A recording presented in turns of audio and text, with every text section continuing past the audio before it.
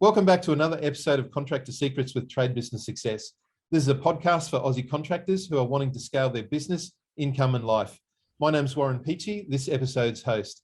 And today we have on a guest by the name of Lorenzo Poletto. Lorenzo is undoubtedly a leader within the Australian plumbing industry, having founded his plumbing company, Chiswick Plumbing, over 38 years ago, only recently just selling it. He joined the Master Plumbers Association of New South Wales in 1984 and has served on the board of directors. Many years ago, he also developed a fixed rate pricing manual, which eventually moved into the digital space with the creation of the contractor pricing app for plumbers and electricians called FlatRateNOW. In his business career, Lorenzo also created the Master Plumbers Network, a website devoted to providing the latest in plumbing, drainage, and gas fitting information, providing an avenue for plumbers to communicate and progress the industry. So Lorenzo, welcome to the show. How are you doing today? I'm very well, thank you, Warren. Thank you for having me to Trade Business Success. Look forward to having a chat with you and see where it takes us. Awesome, that'd be really terrific. So let's start at the beginning. How did you get into the plumbing industry, Lorenzo? Can you shed some light on and tell us about your background? Like with all kids, I hated school. I left school when I was 15 years old because I detested school. I was a lousy student, always in mischief, always in trouble. Left school at 15. My dad said, well, you've got to do something. In those days, you were allowed to leave school at age 15. That was in year 8. I looked in the Sydney Morning Herald in those days and looked at a few jobs. There was mechanic jobs available or plumbing jobs. And I didn't like the thought of being greasy and oily and with mechanical work. So there was a plumbing apprenticeship and applied for that. Got a job with a plumbing company in eastern suburbs of Sydney. Was there for approximately about 3 months doing new unit work. Had an altercation with one of the plumbers there who in those days 15-year-old kid had long hair and I wasn't any different, and he decided to set my hair on fire and I didn't like that. So that's an initiation from years ago that doesn't happen today, hopefully. Oh yeah, a lot of things don't happen what used to happen in those days, thank God. Imagine setting a kid's hair on fire now, how much that would cost you as an employer. Anyway, I left that company and I went with a company called A.W. Edwards back in 1968. Fantastic company. They're still in business now. It's over 100-year-old building company. It's at the time when I worked for them, they had 1,000 employees. A massive company, but just in the plumbing section, I think there was 60 or 70 plumbers. Right. Okay. So fantastic company to serve your apprenticeship with. There was all-rounded plumbing. They had their own sheet metal workshop, and the old fella in the workshop used to be a coppersmith by trade, and I learned a lot. It was great. A great foundation. Stayed there for the next 3 to 4 years. Finished my apprenticeship. Wandered around like most plumbers as a journeyman plumber for about a year or so. 2 years nearly, I suppose. Got married. Didn't like working for people. Didn't like being told what to do. And there you go. I started as a sole trader. Did that for about 8 or 9 years. Had about 3 or 4 plumbers working for me in those days. After just before I turned 30, I decided to travel. We decided to travel to Europe for a year. So we did that. Closed the business down. Then when I returned, I didn't want to be a sole trader anymore because trying to sell a business that you'd been operating for 8 to 9 years and you had clients and we had good work in those days. No one wants to buy a Lorenzo E. Poletto plumbing services. So I thought I'll start a company. So that way one day I'll have something to sell. And when we came back to Sydney, I had to get the clogs working again, and I started Chiswick Plumbing, and nearly 40 years later, I've sold it. That's about it, really, I suppose, in a nutshell. That's what it comes to. But in between that, obviously, there's a few gaps where we actually struggled for the first, say, 10, 12 years using the old time and material method. In the mid 90s, I had a back surgery, which meant I was in bed for 3 months. Whilst you're staring at the ceiling, you do a lot of thinking. And I thought, well, if I'm incapacitated, how do I feed my, by that time, my wife was pregnant and we were expecting our first child, and our second, I think it was. And I thought, well, how do you feed them? How do you keep bills paid and all that? And my mind Certainly wandering. a motivator, isn't it? When you've got a child on the way and it's like, okay, I've got a back injury. What am I going to do? And you're lying in a hospital bed. Absolutely. I was actually at home at that time there recovering. I had back surgery and all that sort of stuff. And basically, you do a lot of thinking, and I thought, there's got to be a better way than doing time and torture, as I like to call it. Time and torture, that's a cracker. Only because, when you're laying down, you're 2 or 3 guys are out there trying to do jobs. They bring you all the paperwork in the afternoon. You're laying down trying to sort of do all this stuff and try to put all the pieces together so you can get an invoice out. It's just impossible. So that's when my mind got thinking to, I joined back in '94. I actually was on the internet, and I was looking what the Americans were doing, and they're pretty smart bunch, some of them. And quite honestly, they were doing a flat rate pricing back in the early 80s, Frank Blau and all those, and looked at some of their systems, and nothing would work in Australia like what the Americans had, because we've got different, how many companies are called Router Plumbing and all that sort of stuff here in Australia. It doesn't happen. If they are, they're not many people will dial their local router, come out and clear the block drains. But in America, that's obviously what it is. And so I started putting together, fortunately, I'd kept all my invoices and everything that I'd been trading with for the last 30 years before that, 25 years. And I went through all the different invoices. I put them in different piles. And I started realizing that there was a pattern to nearly 95% of the jobs. You go out there, have a look at the job there, you clear the drain, takes you an hour to clear it, takes you an hour to prepare it, an hour to clean up. It's a 3-hour process. So when you start looking off them, some of them are 4 hours, some are 2, whatever. But if you average it all out, you come to so many hours, and that's where I started. That was the basis of your pricing manual, essentially. Is that it all come from taking the time out to go back through and go, can I do this a better way? Absolutely. And it's not rocket science. If you're doing service maintenance in Australia, you're probably handling 90% of the jobs in time and time again. Most of our jobs are made up with, the old 80-20 rule. And our businesses are basically the same. We do 80% of the same things day in, day out, and those 20% is different. And your prices and your clients are pretty much always the same as well. Lorenzo, you've contributed a massive amount of value to the industry as a whole. So I'd really like to unpack this a bit more, particularly around the pricing and your transition to this flat rate now pricing that you're talking about.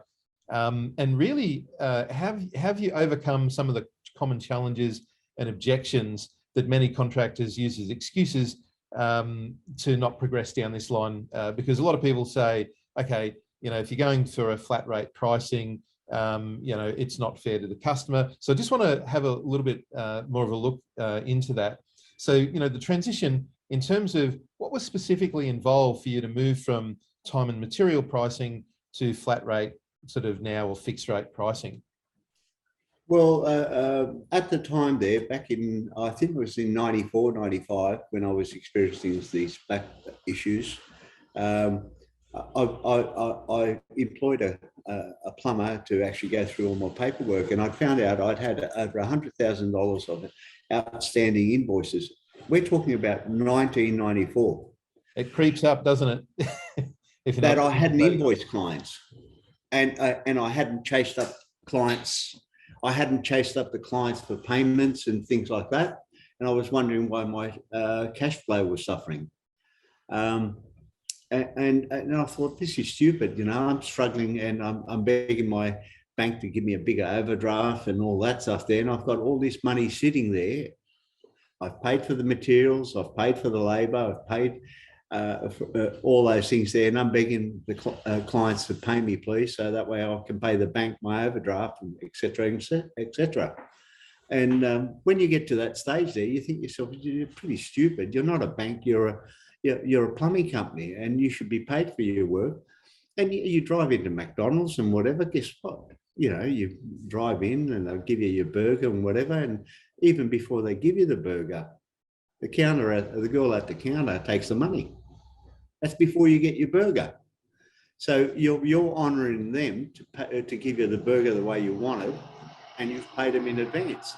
Now, our plumbing industry, whilst flat rate pricing, we don't ask for money in advance, but by being able to be upfront with the pricing, you've told the client it's going to cost you $150 to fix that leaking tap. Now, once you fix that leaking tap, is there any reason that the client shouldn't pay you as you walk out the door?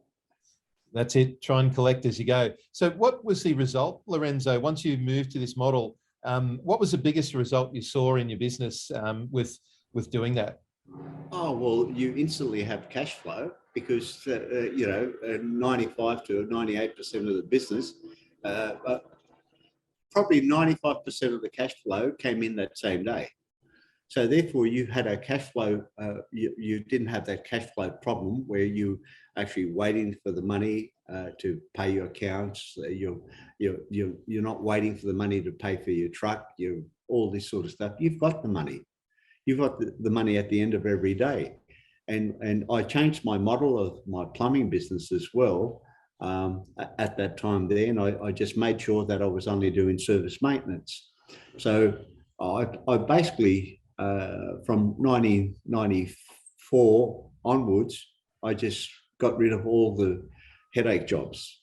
In other words, all the contracting jobs that didn't fit into my maintenance type role, where I could actually send a plumber, do the job, get paid, walk away, see you later, thank you very much, and all those sort of things. So I streamlined a lot of the types of plumbing that I was doing. So I just went into service maintenance as a specialty rather than become the best plumber in Sydney. I in all facets of plumbing, and I've done a lot of different facets of plumbing. I started specialising just in service maintenance, what I was good at.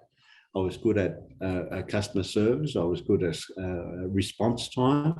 I made sure our servicemen were nice and clean, responded, polite, and et cetera, et cetera. So I sort of had a little model of, you can say, of what I wanted our servicemen to perform with and the type of clients I was trying to match up with. Does that make sense? It's interesting that's one of the biggest things that a lot of people try and do is they try and be everything to all people.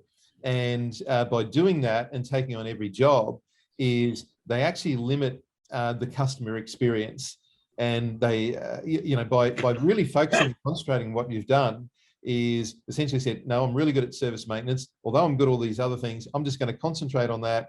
And it was really out of necessity with cash flow. And then your model is you had a winning business model because you stuck to that principles. That's a great thing. Absolutely. I can relate a quick little story that I learned from one of the guys that I'd worked with when I was like 16 years old at A.W. Edwards. And he was a lovely old fellow. I can remember his name, Freddie Burke, what his name was. And one of the things he said, young man, he says, if you're in the plumbing industry for the next 50 years till you retire at 65, you know, you'd be lucky to learn 10% of what there is to know in the plumbing industry. And I fully believe him, because plumbing is such a diverse industry that, you know, I haven't met an expert that knows all facets of plumbing yet, and I'm approaching 70. So anyone that tells you they know everything about plumbing, I'd put a BS next to their surname, along with all the other initials that they've got. Yeah, basically, that's what it is. You know, like you can specialize in certain facets of plumbing and be very good at it, and learn little bits and pieces of all of it. You know, but to sort of start when you're dwelling into certain categories of plumbing, you know, you got to branch down, and if you become an expert at one area, you're doing well. And you know, it's one of the things that we certainly subscribe to. Is it's about sticking to your lane. Is you've got to, rather than diversify, is you get something that you're going really well, and then you stick to that, get it going, even to $1 million in revenue, then diversify into another if you want to. Because if you haven't gone to that level of business acumen and the business model to really hone down and get that skill set working with a couple of guys, you're not ready to take on another challenge. That's how we sort of approach things. Can you tell me a bit more, Lorenzo, about customers? You know, when you changed to the fixed rate pricing, it was obviously new in Australia. People hadn't heard of it. Was there any bite back from existing customers during that transition? Not at all. Not one bite back that I can recall that any of the customers that I was dealing with. And one of the reasons I actually switched to a company rather than trade as a sole trader like I was previously, I forgot to mention, was that I was sick and tired of customers asking for me personally, asking for Lorenzo Poletto. So therefore, as a company, they were employing the company to come along to their place. So I could send Peter, John, you know, whoever. You know, I never had any Marys and all that sort of stuff. Never had young ladies working for us. But quite honestly, I think they'd make better plumbers than some of the men. But having said that, I was able to send and dispatch a plumber. Not a problem, Mrs. Jones, Mr. Smith. I'll have the plumber out there tomorrow morning at 7 o'clock. And it was a plumber. Or it'll be Pete the plumber, or John, or Stephen, or whoever. So it wasn't Lorenzo Poletto, it was one of my representatives. So by actually sending someone over there, especially like in the old time and torture method, one of the reasons that I actually switched, like in the just before the turn of the century, like 1999, 2000, from hourly rate to there, some of my old customers would turn around and goes, well, last time, Lorenzo, you were here and you did that job in 2 hours and you billed me, you know, $200. Your blokes just took 4 hours to do that job. Now you're expecting me to pay for the same job $400. And reality is, if you own your business, none of your employees are going to work as hard as you or as efficient as you. So you've got to start averaging out. And that's when I realized that,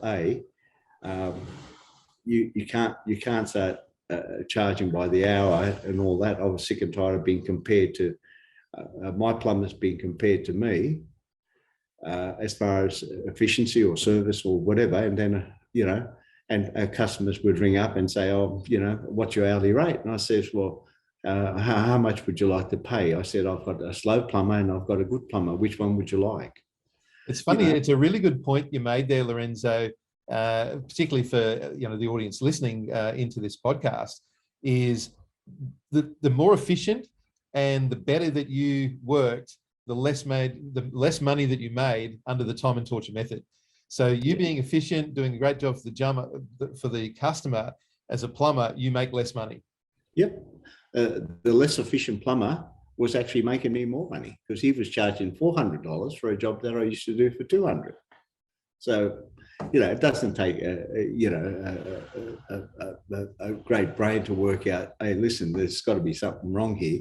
like I was an efficient, and then this guy here that's working for me is doing it twice as long, and he's making more money than me. And I thought, let's work on that, and why don't we average it? And it stops the complaints coming in when you give an upfront pricing. So it was fairly easy. The hard part that I found was convincing my servicemen to switch to flat rate pricing. That was the challenge.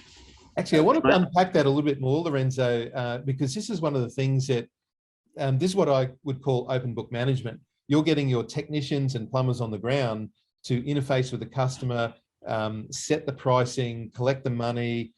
This is a really big issue that I would see a lot of plumbing companies, like particularly people starting out, that they don't want their staff involved in that process. Can you talk a bit more about this transparency of pricing and how you guys, how you moved them through and the problems that you associated with doing that? Well, I haven't got a copy of my original manuals that I just gave them away when I closed the business up to one of my old apprentices. I just said, "Here, would you like this?" And he loved it, because that's a timepiece right there. Well, what it was, my original manuals were, those big binders that you have that's about 3 inches thick, or with the rings on them, the ring binders. Yeah. They're probably 60 millimeters thick or thereabouts. I know the one. I used to have those in plastic sleeves, and I'd have a two-sided a page, because in those days you couldn't print both sides of the pages. So I'd slot one page in and one slide in the back. And with those, I'm not sure if you've ever seen my old price manuals with the photos, and I should actually just show those because they were quite well, because when we actually did all our price books originally, I had a gentleman by the name of Ross O'Keefe who worked for me for about 5 years. We had 5 people in the office preparing all our flat rate books. Took me nearly 5 years to put them together while I was running my plumbing business. Right. This gentleman, Ross O'Keefe, the most talented person I'd have, he was a hydraulic consultant. So he was able to actually convert a lot of my ideas into actual practical form. I'd say, right, well, we do a block drain, this blah, blah, blah. He'd help me script it because, me being a little bit dyslexic and all that sort of stuff, I can't spell, I can't read. I can read and write, but nowadays. But when I was younger, that's why I used to be in trouble at school. But most plumbers have got the same problems. We're good with our hands. We're lousy at academic level. But this gentleman, he worked for me for about, I suppose close to 8-9 years over the period of time before he retired.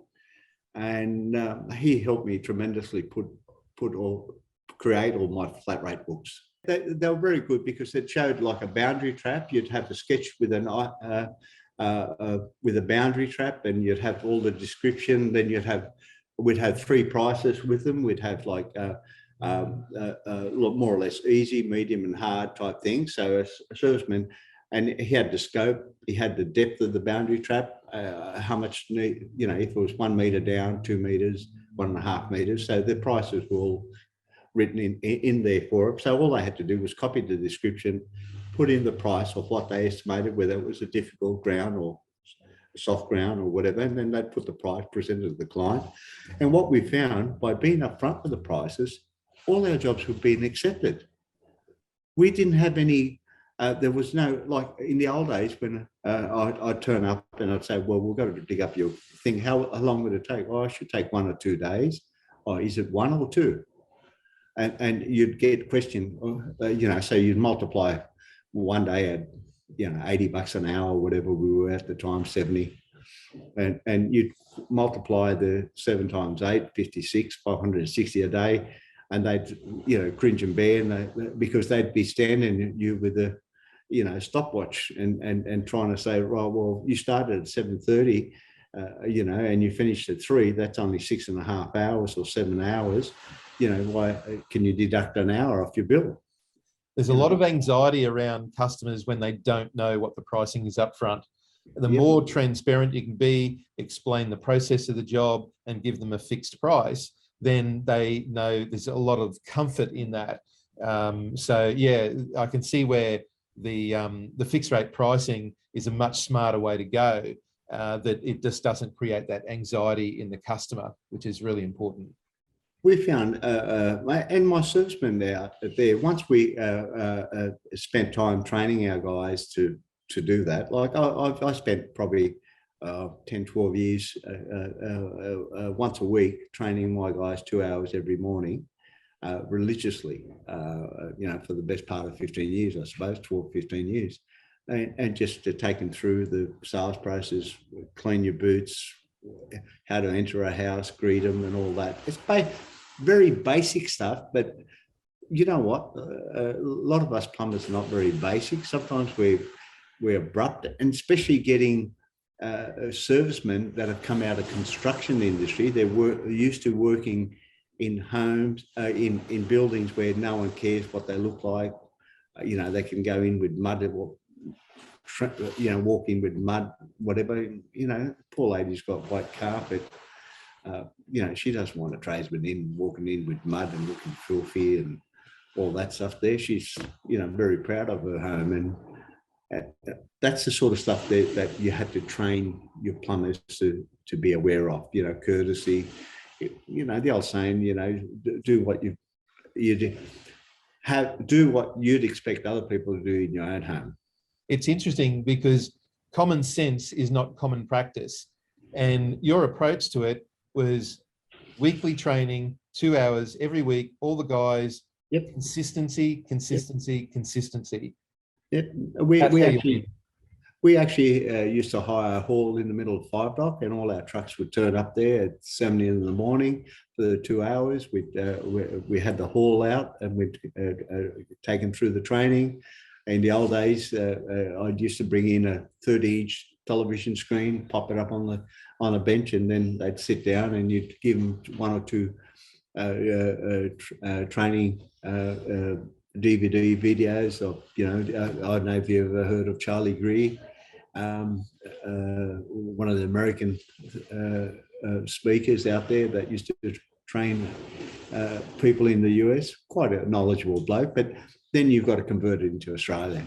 So this was personal and professional development that you were bringing into your team at a weekly level. That's awesome. That's really good to hear. And you'd give them a few sandwiches afterwards, so that way they keep him out of mischief and let him out for a fag halfway through it, so that way you get 10, 15 guys together and they become irritable and all that sort of stuff. Because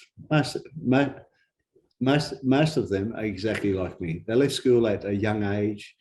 They left school because they hated education. They left school because they just wanted to do a trade where no one has to tell them what to do and all work this. With their hands, all that sort of thing. Yeah. And then you're bringing them back into a classroom, so you're going to have a rebellion and rebellion in a nice way. Because some of the ones you can tell that they adapted and they learned, and they, I could name 15, 20 companies around Sydney that some of the guys that have started have worked for me. And they're quite successful little plumbing companies in Sydney that have worked for me. So obviously, I remember one of the young chaps, he said at the time, "Are you thinking of franchising Chiswick Plumbing?" And I said, "No, unfortunately, that was one of my mistakes. I didn't." But having said that I was fine. I'm not smart enough to be a franchisee. I think too is one of the things that with the type of person that sometimes are attracted to the trades may not be that great academically, but it's really entrepreneurship. You're like a square peg in a round hole. You don't fit working for companies.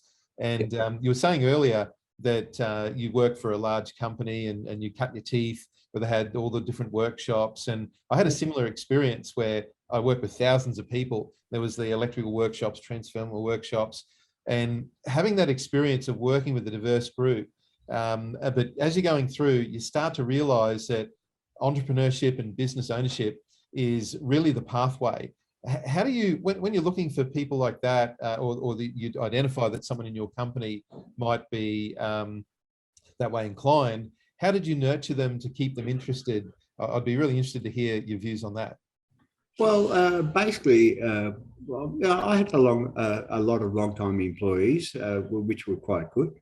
I didn't thrash them to the point of making them unhappy. They were very well paid for contemporaries. Plumbing companies, like in the maintenance industry, they were always paid well above what other companies were paying, till a lot of the younger plumbers started realizing that flat rate pricing was where to go, and then they'd be headhunting all my guys, and unfortunately that happens. And if they're not happy enough to stay with me and they're offered more money, well, good luck to them. They just move on. But that's one of the things that you're constantly training. See, I never had a problem with attracting plumbers, because once they heard how we were operating, a lot of the plumbers, I without a word of lie, if I wasn't getting 5 applications a week, like 10, 15 years ago, that's an understatement, because I'd have plumbers knocking on my door wanting to come and work for us because they heard how we operate. Obviously, they wanted to learn because they could go out and make some money. Yeah. And what was actually happening in the early years with my flat rate books, they'd actually smash into our vehicles to steal them. They wouldn't steal the tools. Okay. That's a fact. They didn't steal the tools. They'd steal the flat rate books. Wow. Out of our vehicles.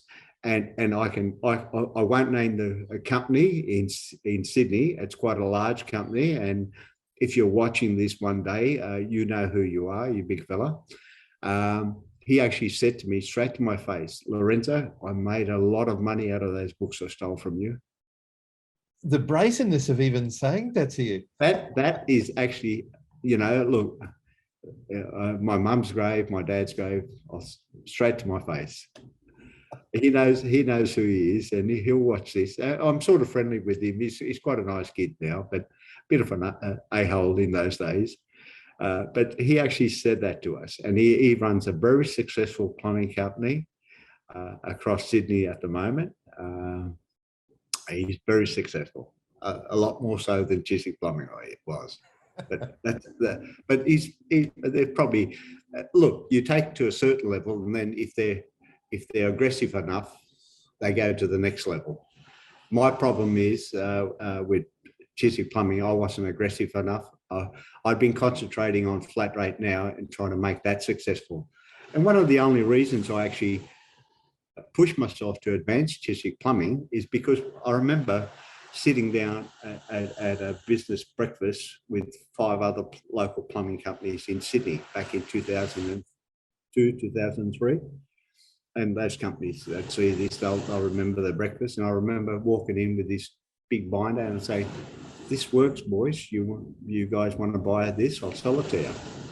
And guess what? None of them believed that it would work. So I thought, bugger that. So I went back and started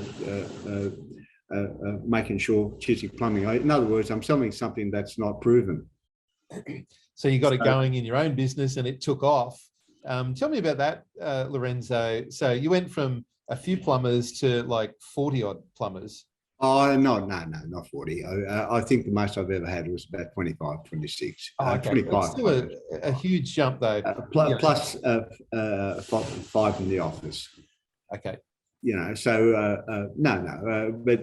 in the service maintenance, you got to think it's only service maintenance. It's not new construction or whatever. It was quite a large company for a service maintenance in those days.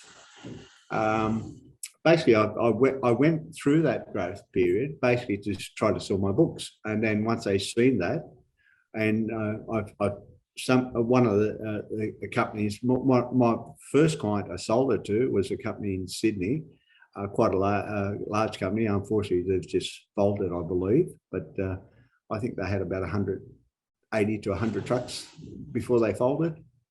And without dropping names, I could name half a dozen companies who are probably some of the larger companies in Sydney in the service maintenance industry now. that have actually initially either bought my books or got a copy of my books, because the photocopier was a great invention. Yeah. But anyway. Oh, that's terrific. Hearing that, your pricing manuals were that sought after that people were actually stealing them, breaking into your trucks and stealing Yep. them. I think I had 4 trucks broken into in the space of about a year. Right. Okay. Yeah. And I don't know how many photocopy versions that, because I was a bit silly in the early days, because I spent all my time trying to put out fires and stopping all the copies, because a lot of the kids were copying our books all over the place, all over Sydney. And, I'm trying to sell something that's cost me, years and years of time and effort. Yep. And wages. And I paid a lot of people for it. I didn't steal any stuff from anyone. Every person that's ever worked for me has been paid 100%. Yeah. So I've paid well and truly in time, sacrifice, and dollars for what I've learned and what I've created. So, Lorenzo, Chiswick Plumbing, you've recently sold it. Can you walk me through what that process was like for you? Well, Chiswick Plumbing, I've sort of had it up on the back burner for the last 4 or 5 years to probably offload it, so I can concentrate more on FlatRateNOW and help that grow a little bit better. I've had a lot of tire kickers wanting to buy the business. The last 4 or 5 years, they come in, look at it, and blah blah blah, and obviously I'm asking twice the figure that what it was worth, because I wasn't ready to sell. Then approximately about 2 years ago, I had a triple bypass, so I worked from home for the last 2 years. I didn't go into the office at all, and then I was approached about probably 9 months ago, from one of the chaps that had actually approached me like years earlier, and I've known him for about 20 years, approached me, and I said, well, if the price is right, we can do a deal. And they made an offer, I made a counter offer, we agreed, shook hands, and that was the end of it. Was it emotional for you walking away after that many years of your baby that you'd built up, or were you kind of ready to, hand the reins over?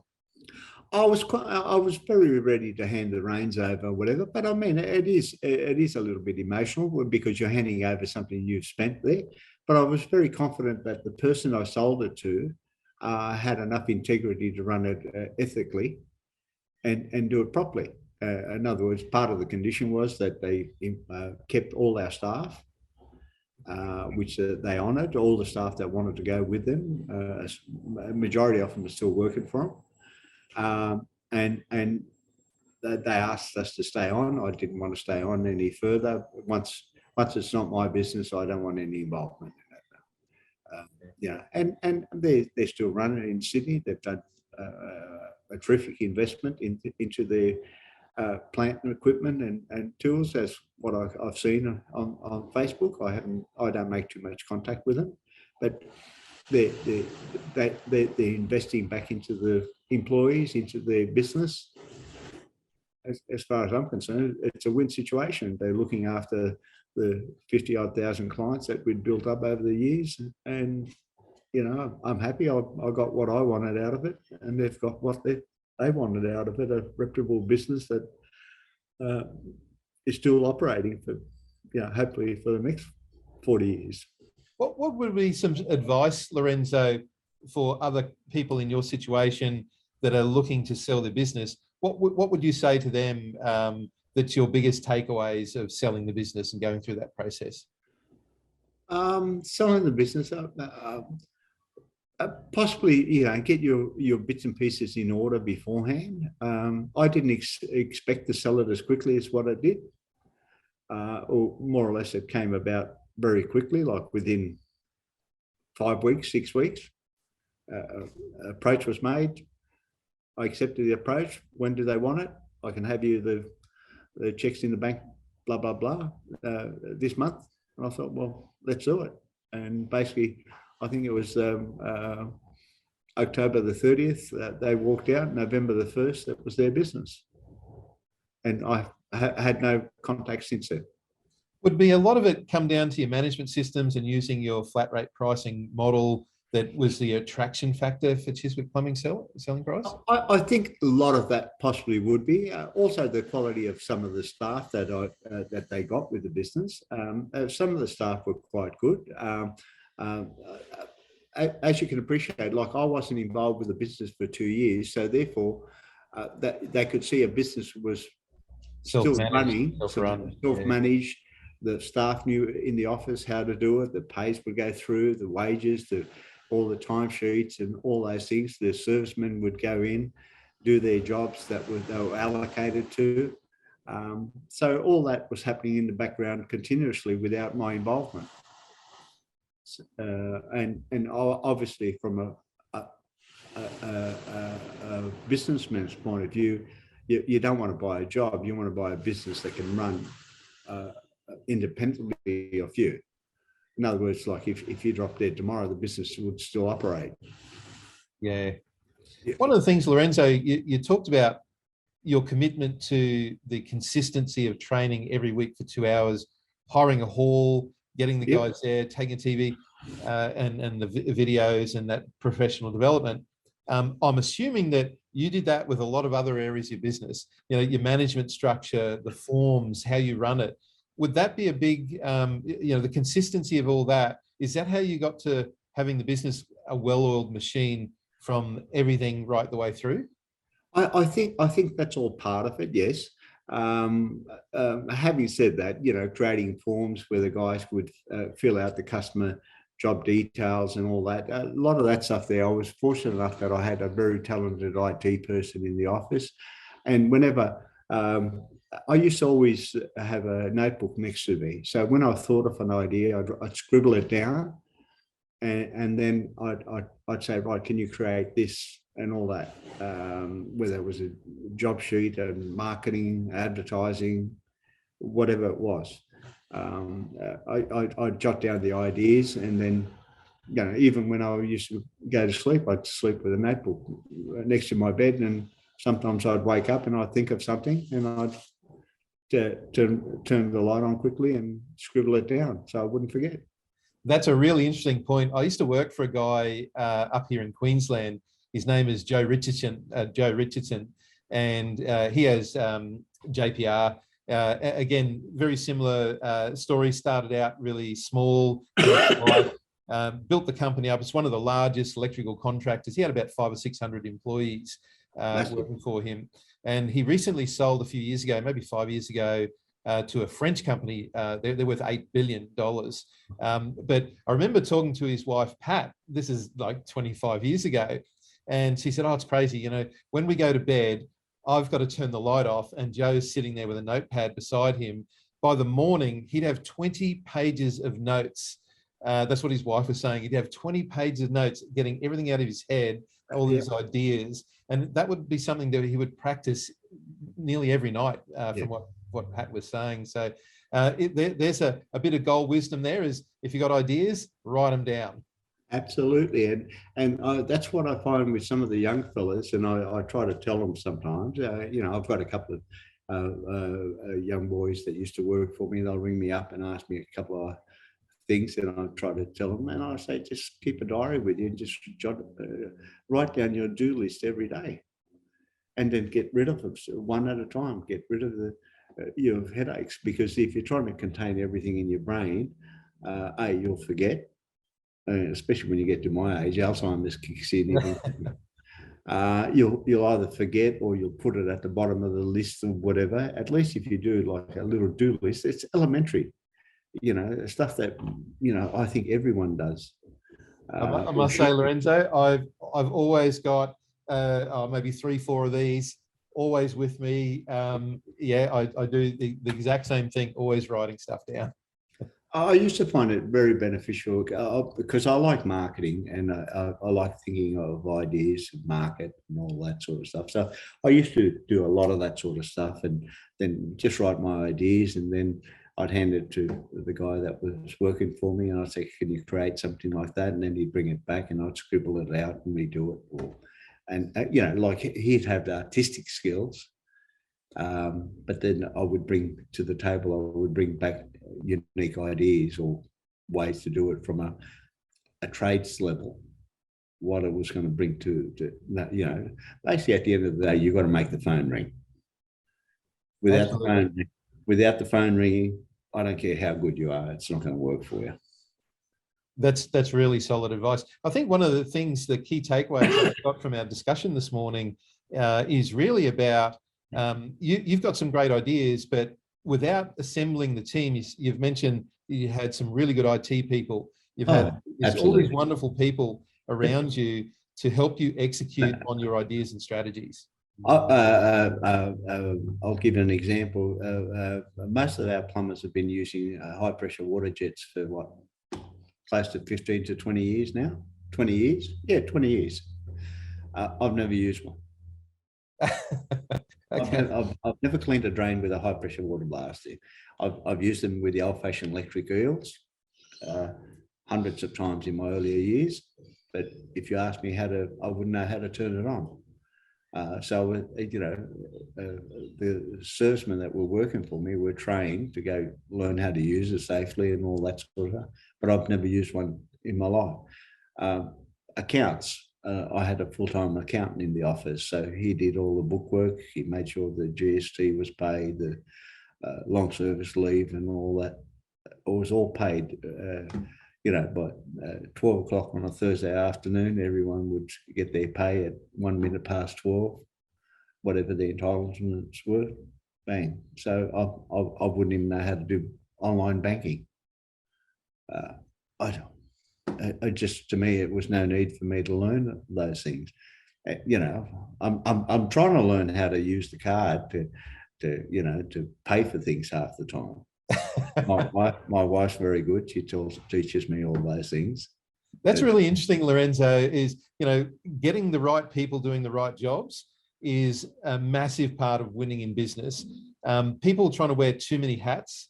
And I think this is one of the things that I see with electricians, particularly, and I can bash electricians because I'm one, is we think we're smart enough that we can do everything ourselves, which limits growth. Whereas, plumbers or other trades, they go, no, hang on, I know I'm not good at that. I'm just going to hire someone. So investing in the team at the right stage to help you with the growth is absolutely a great decision to make. But do you think that the electricians, you mentioned yourself, Warren, electricians are any different? At the end of the day, if they need help with marketing or whatever, they're not going to be able to do it themselves unless they copy off someone. And you see that, like the $50 cashback and all this sort of stuff there. I was producing pennies with a $50 cashback in 1999 with a $50 cashback. That was 23 years ago, whatever. And I get 10 magnets a week with, a $50 cashback promotion each and every week. With a magnet or whether it's an electrician or whether it's a plumber, go learn, go do something different and be original. Yeah, I think that's a key thing is there's a lot of Me Too and people are just copying, but I think you've really pointed that out in a nutshell is you have to be original in business. You have to come up with new ideas to stand out. You've got to be different and superior than what everyone else is doing beside you. You might see that. I don't know. 50 years of decimal, I can't quite read it. Hang on. I can see it. Yeah. Okay. Decimal currency. Well, that flag there with decimal currency, 50 years of decimal currency, on it, next in it is stuck a real penny, Australian penny. I was doing those promotions with a $50 cashback with an original Australian penny back in 1999. With hand this in and you get $50 cash back. What I'm saying is that some of the younger plumbers, they've got to pay some advertising person and ask for some original ideas, be different. Like if we're all driving all the trucks all down the road there, guess what? They all look the same. They all offer the same 7-day service, 24 hours, 1 hour fast guarantee and all this sort of stuff. Well, that was there's great. no point of difference between them at all. Yeah. Well, that was great, 15, 20 years ago. But I mean, seriously? Doesn't cut it today. Yeah. Well, and all they do is just pay for Google AdWords and I don't know, mate. I'm glad I'm out of it. I stopped thinking about those things nowadays, how to sort of generate work. But good luck to the young kids coming out. But at least if you go to upfront pricing or flat rate pricing, it gives you that time that you're not spending hours upon hours doing all the breakdown in costs. Yeah, that's a biggie. A lot of time spent doing that. Oh, sure. Absolutely. Yeah, the amount of time that you spent doing a breakdown on a job is incredible. And if you give them a price, you don't go to McDonald's and ask for a breakdown of the burger. How much was tomato? How much was the mustard? How much was the patty and the 2 buns? Did you put any butter on that? Or, you're buying for the end solution, the burger. Yeah, not the components. You know what I mean? And the same thing with us. And more tradesmen start adapting that philosophy to get out of that hourly rate, the better off we are. And it's starting to happen. There's quite I think nowadays there's a movement. Yeah, there's a movement. We're sick of being treated as, in the old days, I don't know if you remember, well, you're old enough to remember, they'd ring you up and say, how much do you charge an hour? And you turn around and say 80 or 100, whatever you were charging at those hours there. Oh, the bloke down the road charged me, $5 less. Can you match it? And I thought, well, is he paying for the knowledge or is he just paying for someone that's cheaper? Yeah. It reminds me of the old one about the TV technician where they couldn't get the TV going, and the guy come in and he just looked at the TV and he banged on the TV and then gave them the $50 bill. I mean, can I get a breakdown? And it was like $2 for the banging on the TV. $48 is knowing where to bang it. Well, that's exactly right. Nowadays, you start to get paid for your knowledge. Like someone like myself has been in the plumbing industry for 54 years. I might be slow on that, but I can guarantee you that 9 times out of 10, I can solve a problem or know how to do it quicker than a young kid that's 25 and energetic and, gets the shovel out and starts digging and finds out he's dug in the wrong spot. Yeah. Where, like you said, you can go to the place and you know where to dig, or where you thump the back of the TV. That's what it's all about, a bit of knowledge. And realities with upfront pricing, you can get paid for your knowledge and your experience. Absolutely. Hey, Lorenzo, this has been a great chat. I've got one last question for you that I'd like you to have a stab at answering. Is if you lost everything overnight and you're young again, and where would you start? What would you do first if you were going into business? If I lost everything, provided I had a trade, if I was 20 years old and I lost everything, going back there, mate, I would make a killing. What would you do? What would that look like for you? How would you start? How would I start? Yeah. I'd organise myself with the vehicles that I needed. I've often said I think I could start a brand new company overnight with 10 vehicles on the road and have them operational within 6 months, that all those 10 vehicles would be operating smoothly within 6 months. Because I wouldn't make the same mistakes. I'd realise that a certain part of my budget would be to market, certain part of the budget would be for vehicles, uniforms, all the things that they need to operate correctly. Like I mentioned before, training is a big thing. So therefore, you'd hire an A team of 10 guys, 10 vehicles, 10 this, and then just roll it out. And I don't think it'd be very hard with someone's skill levels, because I've made all those mistakes over the years.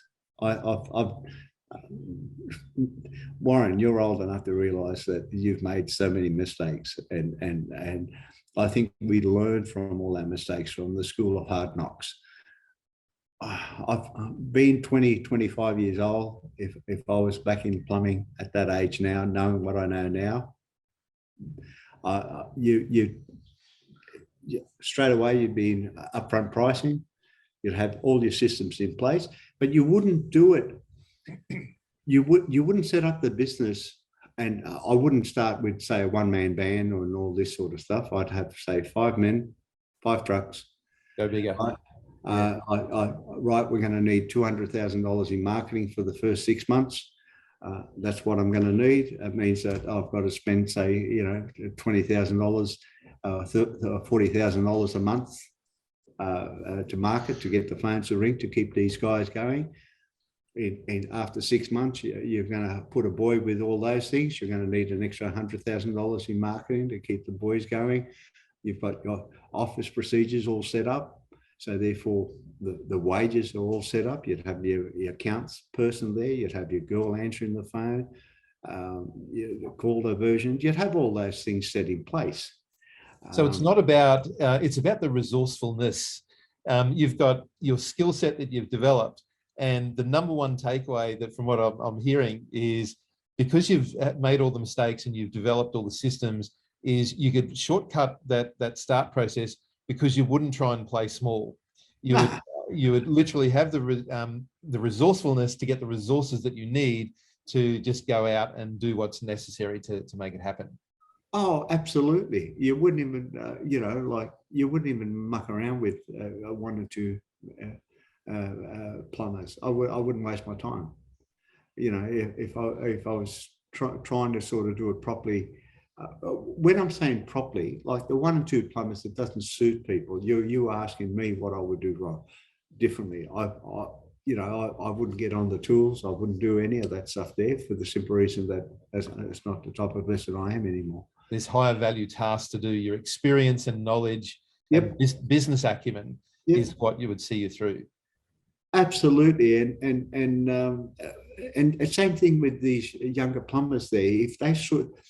If they turned around and just stood back a bit, instead of rushing into the hole and getting, digging out the hole and making sure that they've dug the hole properly, thinking about, before you get there, what do you require to do that hole? Do you need fencing? Do you need boards to cover up the hole? Do you need the materials on site to make the necessary repair? What safety equipment that you need? You think of all those things before you get to that hole. So therefore, when you arrive at that hole, you're prepared. And I see it time and time again, the younger plumbers that don't think. It's not a matter they don't think, they've got the experience. Yeah. You know what I mean? And and trying to educate a young plumber to pay for services such as yourself to get guidance, to me, it's invaluable now. But trying to educate a young plumber starting out, listen, you're going to have to spend $200 each and every week for the next 2 years to get advice from people like yourself, Warren. They'll laugh at you, because a lot of them don't want to spend that money. They think it's a waste of time because they know what they're doing. But they don't realize that by spending that extra money from the guidance of a person that's been there, that's got systems in place and whatever, it'll get their growth from 1 to 2 years, from 5 years to 10 years, to cut that from 10 years down to 1 year or 2 years. Absolutely. And at the end of the day, Warren, as we're finding as we get older, we've got all that equal amount of time. And like I was reading something the other day, and they said no amount of money in the world will buy 1 minute of time. Yeah, it's what you value that time as. And to me, if I was young and thing, I'd be hiring all people like, I'd be hiring advisors to get me through all those roads, so I don't sort of get bogged down for 30 years and then realize, geez, I'm 50 years old now, and what do I do now? And one of the things we didn't touch on, and I should have mentioned that earlier, one of the things that I found is it's easier to get when you're getting plumbers. What I used to look for is plumbers with a good attitude. Oh, attitude's everything. Absolutely. with a good attitude, you can make him a good plumber. You find a really great plumber with a bad attitude, and guess what? Toxic to the business. I wouldn't spend 2 minutes with him in the same room. I don't want him. Yeah. Yep. I've like if I wanted a plumber with a bad attitude, a really good plumber, I don't want them. They can't talk to my clients. They're going to be rude to me. They're going to be rude to the staff. They're going to be rude to everybody else around them. And like you said, it's just toxic. You don't need that. Hiring for skill, CVs are done that way, but hiring for skill only and putting that at the top of the list, in my opinion, is the worst thing you can do. You always got to hire for attitude. I think attitude is 99% of the game. You can teach a person with a great attitude how to become a reasonably good plumber, because if his attitude's right, he'll want to learn and adapt. Yeah. And he won't want to, like I was quite proud to a lot of my staff that was working for me for all those years, because most of them, they would never take advantage of I'm not saying all of them, of the clients. Some of them nowadays, I think, and it's something that I don't know how you're going to teach the younger plumbers or the younger electricians to be fair with clients. But that's no different to time and torture material. Those same guys would rip off the client. Yeah. I think it just comes back down to culture and expectation and training.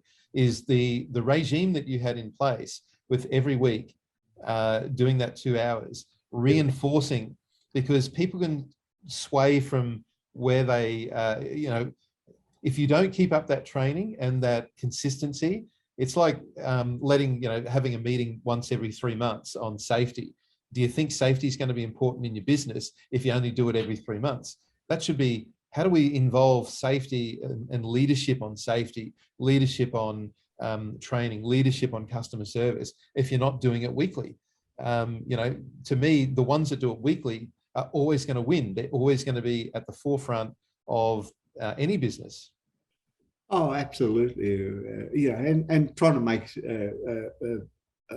but see, that's what happened the last few years. I took my eye off the ball and I wasn't giving them proper guidance as what I should have been, because, I was working from home. So, I wasn't really interested in the business. I was more interested in making sure I'm around for the following year. Your priorities change when you get a bit older and you have a few health scares, that's for sure. Well, I've last 5 years, I've had a hip replacement, 2 shoulder surgeries, open heart operation, just got COVID, keep throwing it. That's it. So in retirement or moving on from the plumbing business, what are you spending your time on, Lorenzo, just out of interest? Are you reading? Are you still learning? What's that? It's a big part of... I do read a fair bit. I read, I like history. I spend a lot of my time looking at history and seeing it, how it always repeats itself. And I like history, and hopefully with this COVID and is well and truly over, my wife and I can travel again. I'm actually just recovering from COVID. I've had it this week, and I'm out of isolation tomorrow, actually. Okay. And unfortunately, my wife's got it now, so we'll see. But we hopefully will be traveling a fair bit. I'm a new grandparent now, so I'm enjoying my granddaughter. Oh, fantastic! And basically, I try to keep myself reasonably fit.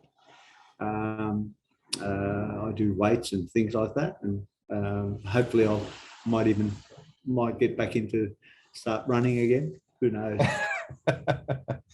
I certainly miss the traveling myself. My wife and I, we ticked over 50 years of age during the start of COVID, and we were meant to be in Italy. So that didn't happen. So we're looking forward to the world opening up again ourselves so we can go traveling too. So if you go there, go.